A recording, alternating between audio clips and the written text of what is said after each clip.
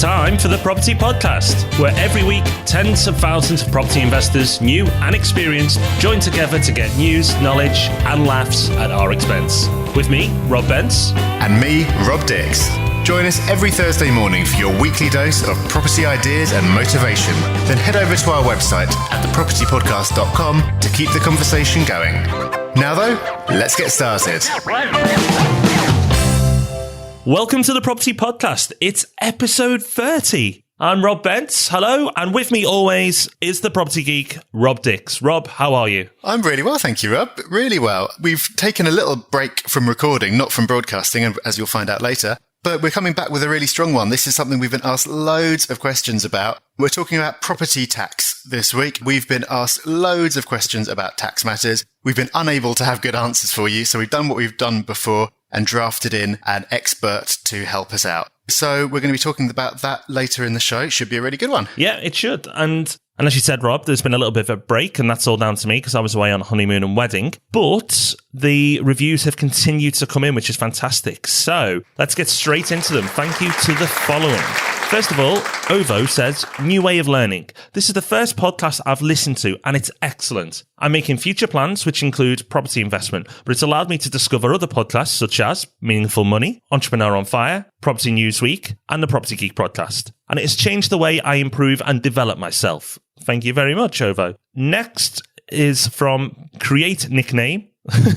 So, Create Nickname says, great bite-sized info. Easy to digest info given by two awesome guys that are mad about property. Caters for all levels of investors. A nice short one there. Thank you very much. And here's a nice long one. And this one's from Hot Hack. And Hot Hack says, recommended for non-property types as well. As someone who had little interest in property investment, I'm very impressed by this podcast, which is enthusiastic, informative, and well presented. My main area of investment is equity markets. I'm learning a great deal about property investment, and surprisingly, some lessons translate very well between the two arenas. Emphasis on fundamentals, along with solid income and capital gains, are things that every investor should know. Format is simple, chatty, and works extremely well. I find that a couple of people bouncing off each other while discussing common themes makes for a relaxed way to absorb information. The only negatives I can think of are the lack of understanding the capital gains tax, which is never fun to pay, and perhaps perspective from younger investors who see 25-year mortgages are given. I'm now addicted to the podcast, and time permitting, look forward to listening through the archive.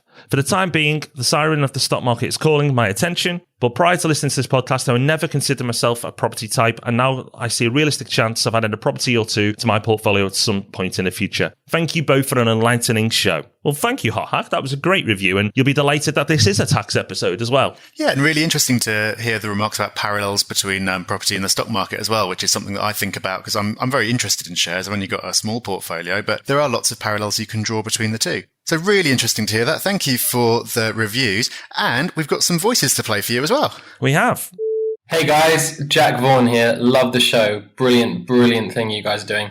Without wanting to sound cheesy, it does feel a little bit like I was destined to find it. I'd love to meet up with you guys in London, although I'm in Bristol, but I'm really happy to travel down and meet up. I'm a recent graduate and a film composer, music director, and I also do a lot of sound design. If you ever need anything done for your show or other projects, it would really be an absolute privilege to produce something for you, of course, as a gift in exchange for your wonderful podcast, which I am nearing the end or catching up with where you guys are at now, and can't get enough of it. I know I'm going to listen to it again and again and absorb the info. Anyway, if you're interested in any stingers or sound design or anything like that, do check me out at jackvaughan.co.uk, and I'll be happy to do anything for you guys. Just you let me know. Looking forward to hearing from you. My email, I'll sign up to your mailing list, but my email address is Merlin, as in the wizard, Vaughan @gmail.com.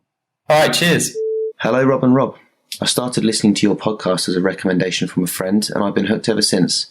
As a newbie to the property investment world, the main thing that I've struggled with is the sheer volume of information that there is out there, and more so the fact that I didn't actually know what it is I'm supposed to be researching and learning. My friend and I spent quite a large amount of money some time ago attending a property investment weekend seminar, and I can honestly say that had you guys have been running this podcast at that time, we could have saved ourselves a lot of money. So just want to say a huge thank you to both of you for taking your time out to educate those of us that wish to pursue their goals of investing in property, and doing so in a way that is informative and easy to listen to. Super. Thank you, Jack. And thank you, Scott. That's really, really nice of you to leave those messages. And thank you, Jack, for your kind offer to meet us. I know Rob and I would be delighted to meet you in London. So we'll be in touch via email and we'll get that sorted. And Scott in particular, I'm sorry we didn't get to you early, so you didn't have to spend that money on the course, but I'm glad you're finding it so useful now. And that's a lesson for other people out there who are considering property courses. Maybe there are other resources for free that can do the same job. But fantastic reviews, guys. Thank you very much. And Rob, it's really easy for people to leave us these messages. It is. All you need to do is go over to thepropertypodcast.com. You'll see a big button on the left-hand side that says leave us a message. Click on that and you just have to talk your message straight into your computer. You can start over again if you're a bit nervous and you need to record it a few times, and it'll come straight through to us. So please do. If you've got any questions or feedback or anything at all, we love getting your voice on the show. So Rob, I've been away. So what have you been up to? I've been taking the break from recording to spend a little bit more time working on my book. I've set myself a deadline of having it out for the middle of February next year. So I've been putting together a plan, working back from then and working out when I have to have everything done for. I've just got a couple more interviews to go. So I'm getting there with that. And I've also met a listener last week. So hi to Andy, who I met. Lovely, lovely man. We had a really interesting chat about his future plans, and he was telling me all about a really interesting project that he's just wrapped up. So as ever, great to meet listeners. Yeah, so I've had a really nice property-filled week, even though you weren't here. Super good. Well, as I've been away, Rob, has anything happened in the property world? Anything silly like the Help to Buy scheme being moved forward? Funny you should say that, Rob. Indeed, the Help to Buy scheme has been moved forward, and it's starting now. Not January, but now. That's absolutely bonkers. It really is. This is an unexpected move. Why do you think this has happened? For me, they can dress it up as they like, but it's all political. The Tories need to win votes, which every political party does. There's nothing wrong with that. But they know that this could be a popular policy. And in January, it was probably going to help them along. But why not bring it forward now is probably their thinking. I can't see any rational reason for bringing it forward now. It's absolutely bonkers. I think it's a panic move, personally. The fact is, Rob, that apparently the mortgage companies are not even ready to offer the products yet. You can only apply. Yeah, so I was reading this on Lisa Orme, who's a mortgage expert who we've had on the show before. She was saying on Facebook that she was at a lenders conference and they're just not ready. So basically what they're saying is the scheme starts now, as in you can apply now, but the lenders aren't at all ready. There's no mortgages there. And they might not even be ready for January at this rate because they haven't got enough information from the government. It does seem to be a purely political move. As far as I can see, the main point of this policy is to get people excited about the housing market again, get people feeling more wealthy. So you've got the possibility of a sort of consumer-driven recovery. That's the main value in it. House prices don't particularly need to be increased, but it makes everyone feel a little bit happier. So by bringing it forward, you get all the benefit of that kind of goodwill without having to go so far as to actually do anything. The conspiracy theory, which I saw on Facebook as well from someone called Gary Bartlett, is that the government, they want all the kind of good feelings around it, but they've realised that the policy itself is a pretty bad idea. So by starting it early, they can have the Bank of England kill it off in a year's time. So they kind of get the benefit now and get to pull the plug on what they've decided isn't actually a great scheme in the first place. Don't know if that's true, but I like the conspiracy theory aspect of it. I can see it going on until election time. I can't see them killing it off before 2015, which is when the election comes in. So although they say the Bank of England is monitoring this and in charge, I think they'll overrule them. I really do think this will last till at least till the elections are done. And then probably within 6 months of that being wrapped up, it sort of toned down or eradicated altogether. So we'll see. Yeah, we've thrown the predictions out there and the conspiracy theories. A complete panic move for me. Help to Buy scheme in general, something I covered on Property News Radio in quite a lot of detail previously. For some people, it's a good thing. For others, it isn't. It's a mixed bag depending on who you are. But this, for me, is nothing but a panic move. Crazy. The mortgage companies aren't even ready. I just don't understand it. But hey-ho, that's one for the politicians to explain. Yep, indeed. So we can see how hilariously wrong we are if you listen back to this in a year's time or so. Well, let's get moving on then to something a little bit more certain, which should be accurate because we've had an expert help us out. Our topic of the week this week is property tax basics, everything you need to know. We've had so many questions about this, but we're not experts on tax matters, so we drafted in our friend Iain Wallis, who's a chartered accountant, to help us out, answer some of the questions that we've been asked in the recent past. So what we're going to do is cover some real basics, nothing too complicated, but it's all the things that you need to be aware of when it comes to the three main stages of property ownership, namely buying it, while you own it, and then selling it. So we've got something to say about each of those. All right, so let's get started then with buying the property in the first place. And the first thing to think about is, in the eyes of the tax authorities, HMRC, are you a property investor or a property trader? Which of these are you? Basically, the distinction is this. If you're an investor, buys for the long term to benefit from rental income and growth over time. A trader buys a property to profit from selling it as soon as possible without having rented it out first. Now, being considered an investor is generally better for tax purposes, because if HMRC considers you to be a trader, it means you can't use your capital gains tax exemptions and you can't benefit from something called the principal private residence relief, which we're going to talk about later. So if you're buying and selling properties rapidly, even if you're calling yourself an investor, because it's beneficial to do that, if HMRC thinks that you're trading, it's going to be up to you to prove otherwise. You can call yourself an investor, but if you're buying a house and selling it 3 months later and doing that over and over again, and you're not renting out in the meantime, you've got to prove that you're not actually trading. HMRC has got some things to look at for this. They will look at how often you're buying and selling. They'll look at the type of financing you used. So if you use bridging financing, then it looks like you're probably trading because that's a short-term form of finance. If you took out a mortgage, then it might be that something's happened that's made you sell it sooner than you expected. You were originally intending to be an investor and keep it for the long term. They'll also look at whether it was rented at all while you owned it. Again, if it was rented out, it looks like you were intending to keep it, but then you sold it early. What Iain recommends is making your intentions clear by putting things in writing. So if it gets questioned later, you'll be able to point to written evidence of your original intentions. He recommends putting in writing to your accountant or your legal advisor why you're buying the property in the first place. I'm just saying, I'm buying the property to rent out and blah, blah, blah. And if your plans change, if something happens that means that you decide to sell it early, document that as well. So if HMRC look at it later and decide that they want to try and imply that you are actually a trader and you should be treated as such for tax purposes, then you've got all this stuff in writing to prove what your intentions were in the first place. So I think most people listening to this are going to be investors rather than traders, but it's worth making it clear that that's what you are in case HMRC tries to prove otherwise later. The next one is probably the question I get asked most when it comes to tax issues, and it's, should you invest as an individual or should you set up a limited company? It's not as straightforward as it may seem. It will depend on you as an individual, but let's go into the detail. The tax advantages of holding in a limited company are that the first 10,000 you earn as profit is exempt from tax, okay? And then the amount you pay after that, the corporation tax, is lower than income tax. Depending on what tax bracket you're in, if you're on the upper tax bracket, then you can save a lot. If you're in a lower tax bracket when it comes to income tax, there's still some savings there. That's one of the big benefits. There's no capital gains exemption, though, for companies when you sell. So there's capital gains exemption for individuals, something we'll come on to in a bit, but there isn't for companies. Generally speaking, if you're planning on holding a property forever and then pass it on to your family, then you may find that the company initially sounds like the best option. Otherwise, you might find that the capital gains tax when you sell outweighs the tax that you save. But it is a hugely complicated issue and it does depend on your individual circumstances. And you should get advice from an accountant. The big one for me, the reason why I don't invest through a company, and I know Rob doesn't, is simple. Lending.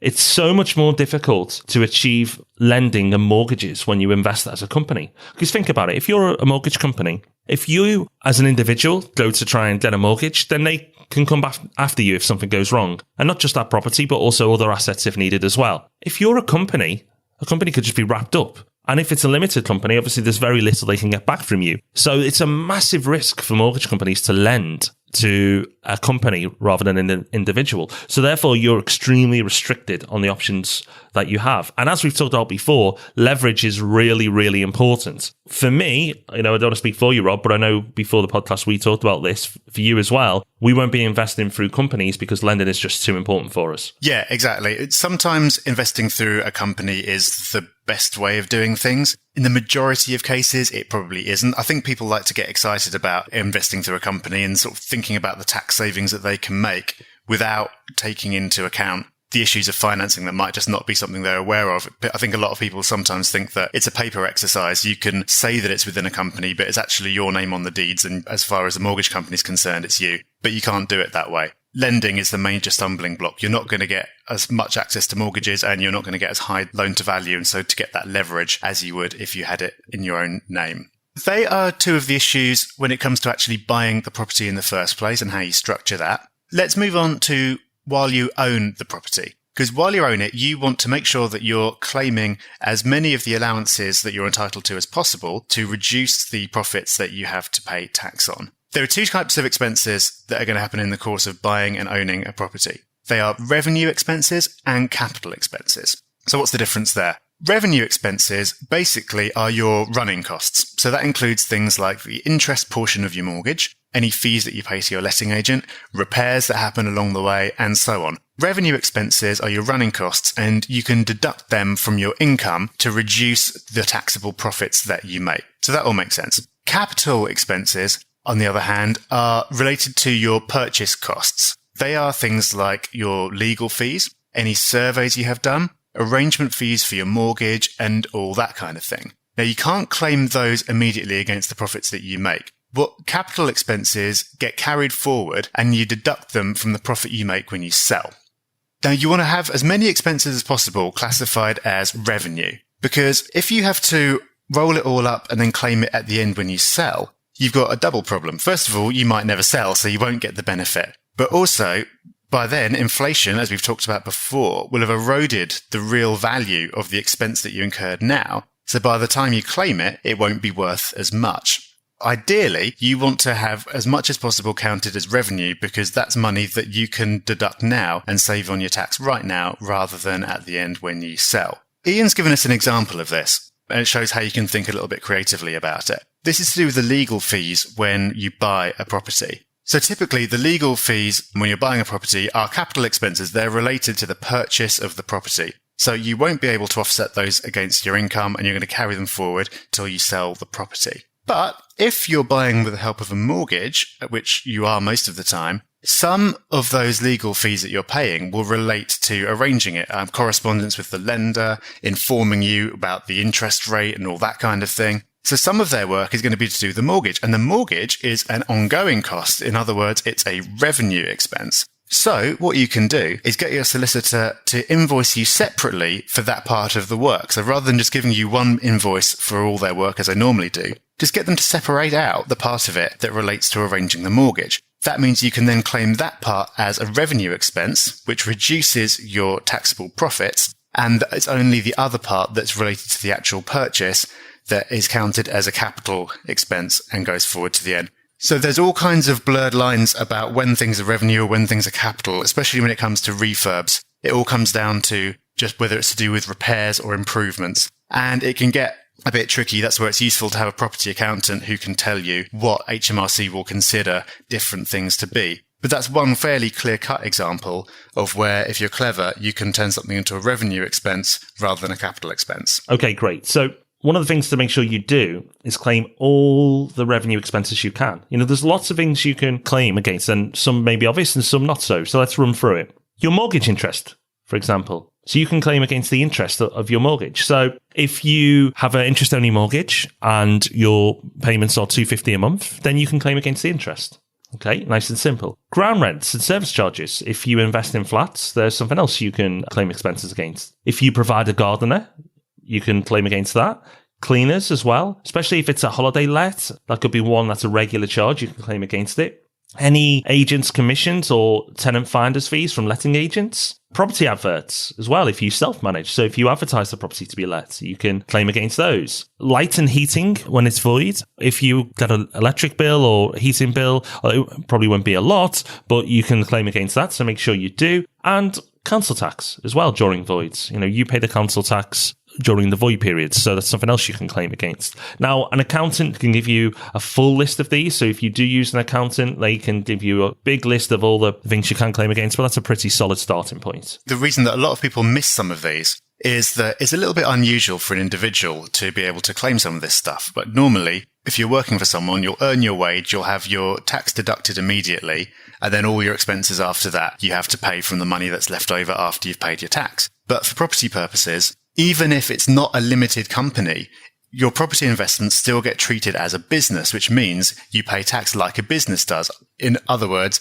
you get your rental income in, and then you can deduct all your expenses before you get the profit figure that you pay your tax on. all these things that you might not have realized. You might think, oh, it's just a cost of doing business. So yeah, it is a cost of doing business. And that means that because you are a business, you can then claim those before you pay your tax. And if you've got an accountant who specializes in property, they should be able to make sure that they're prompting you for all these things and you can deduct everything that you're entitled to, so you're not paying too much tax. The other implication of that is that there might be some points, especially if you're still acquiring property, that you're making a profit, but you're actually making a tax loss because you're claiming all these deductions and they outweigh the profits that you make in any given year. So it's really interesting that how the amount of tax that you pay in your property investments changes depending on the level of activity with the acquisitions that you're making. As a general rule, make sure that you're claiming all those things. I was amazed by a lot of people don't even realize that you can claim the interest portion of your mortgage, and that's like an absolute basic that you need to make sure that you do so you're not overpaying your tax. One thing to bear in mind, if you do a capital repayment mortgage, then you can't claim against that whole mortgage, it's just the interest part of it. So interest only,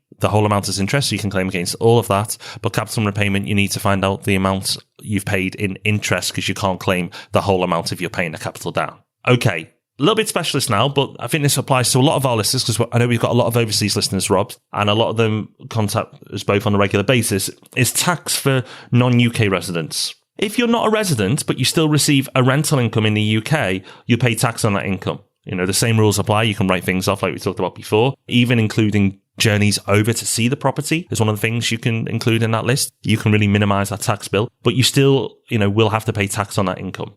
The HMRC, non-residence landlord, the NRL scheme, means that the tenant or the letting agent has to deduct the tax and pass it on to the HMRC before giving you the rent. But what you can do is apply to the HMRC to receive the gross rent. In that case, you'll be sent a tax return to complete, and if the HMRC thinks your exemptions won't cover the income. But the big one for non-UK residents is there's no capital gains tax. One of the big benefits of overseas investors is you have no capital gains tax. So at some point in the future, you sell your property or your portfolio or just part of it, then you're not liable to capital gains tax at the moment. And that's a big incentive for a lot of overseas investors who are investing in the UK. Yes, there are some downsides, but you actually have it a lot better than we do. That's a nice one to end on.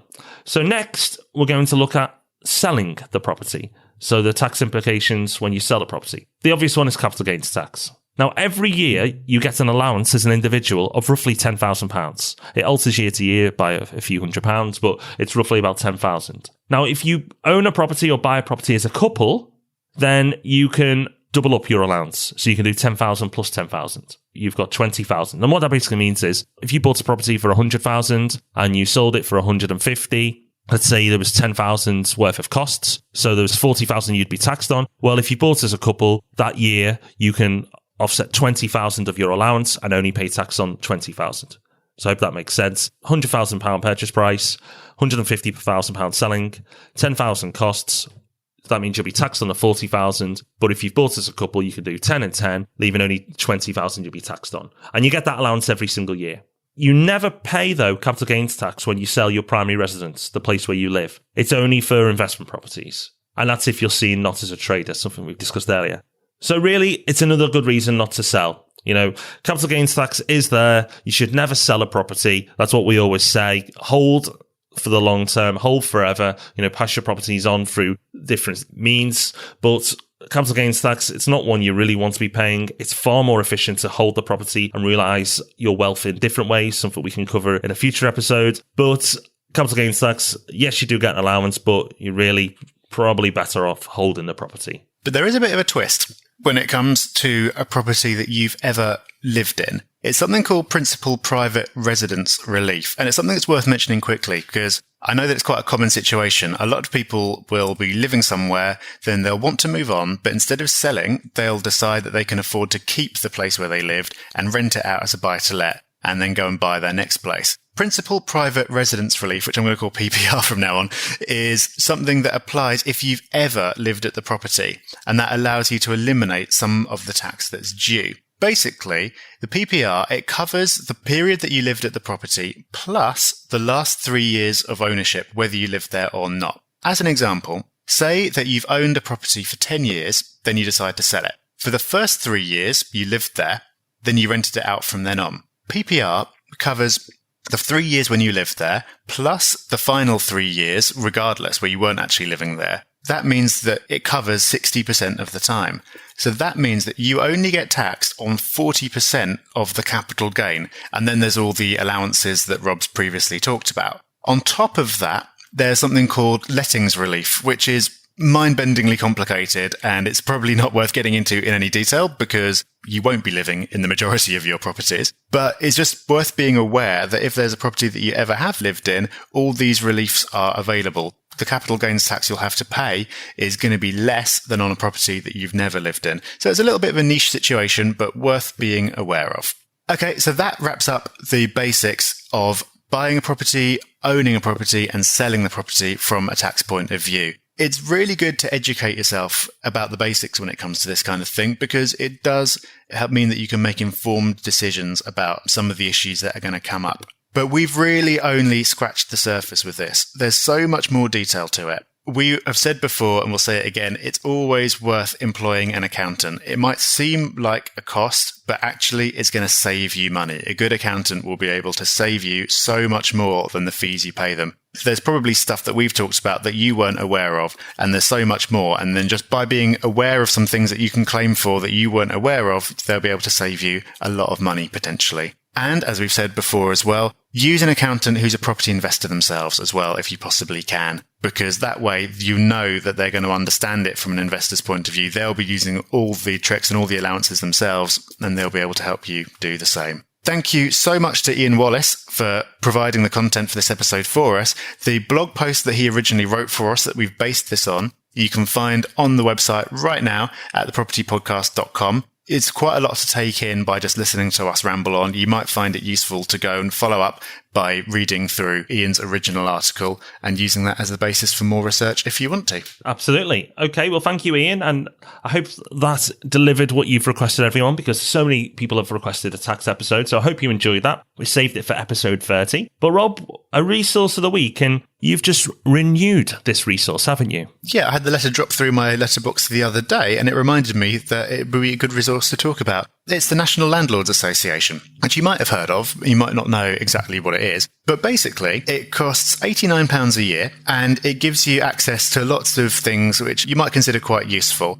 So one of the things that you get is access to a free information line for any problems that you ever have. So this is great because it means that if there's a problem relating to your tenancy and you don't know what to do, you can just call this number as a member completely free, and they've got experts on hand for all the time that the phone line's operating who's going to be able to give you an informed opinion about what your options are. So even if you use an agent, you might find that useful, because if the agent's telling you something and you're not quite sure whether it's right or not, or even if you've got a problem with that agent, you can just call up and they'll be able to tell you what to do. Also, there are discounts on suppliers that are accredited suppliers with the NLA, so you can save some money to make up for your membership cost. And there are networking events and all kinds of other things. You get a magazine through once a month, which is really interesting. It just rounds up all the things that you need to be aware of. It's completely optional. You don't have to be a member, but I find it useful just to keep on top of what's going on and knowing that I've got their support if I need it. We talk a lot about whether you consider yourself a landlord or an investor. I like to consider myself an investor, but you do have certain responsibilities, even if you delegate those responsibilities, and I like to keep on top of what's going on. It's a resource that's worth looking at. We're going to link to their website in the show notes if you want to investigate that a little bit more. Fantastic. Okay, so that's us for another week. I hope you've enjoyed it. Next week, though, we've got another hopefully really useful episode. I know this one's going to be popular, and it's called How to Research Any Property Investment. It's going to be covering all the big detail, all the medium detail, and all the little detail you need to know when you're looking at any investment so you can make an informed decision. I'm really quite excited about this one, although it may not sound exciting on the surface, but this episode could save you a lot of money. Yeah, I know that you're really strong on this, and it's a big part of what you do for your clients. So I'm really looking forward to hearing what you've got to say about that. Okay, well, thank you for listening to the show. Thank you to the guys who left a message on SpeakPipe. Remember, you can do the same, and please keep your reviews coming. They are so much appreciated. We cannot even begin to tell you. But that's us for another week. Thank you very much. We'll chat with you next Thursday. Bye-bye.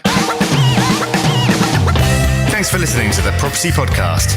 Make sure you join our mailing list at thepropertypodcast.com. And remember, we love 5-star reviews. Rob even loves them more than air miles.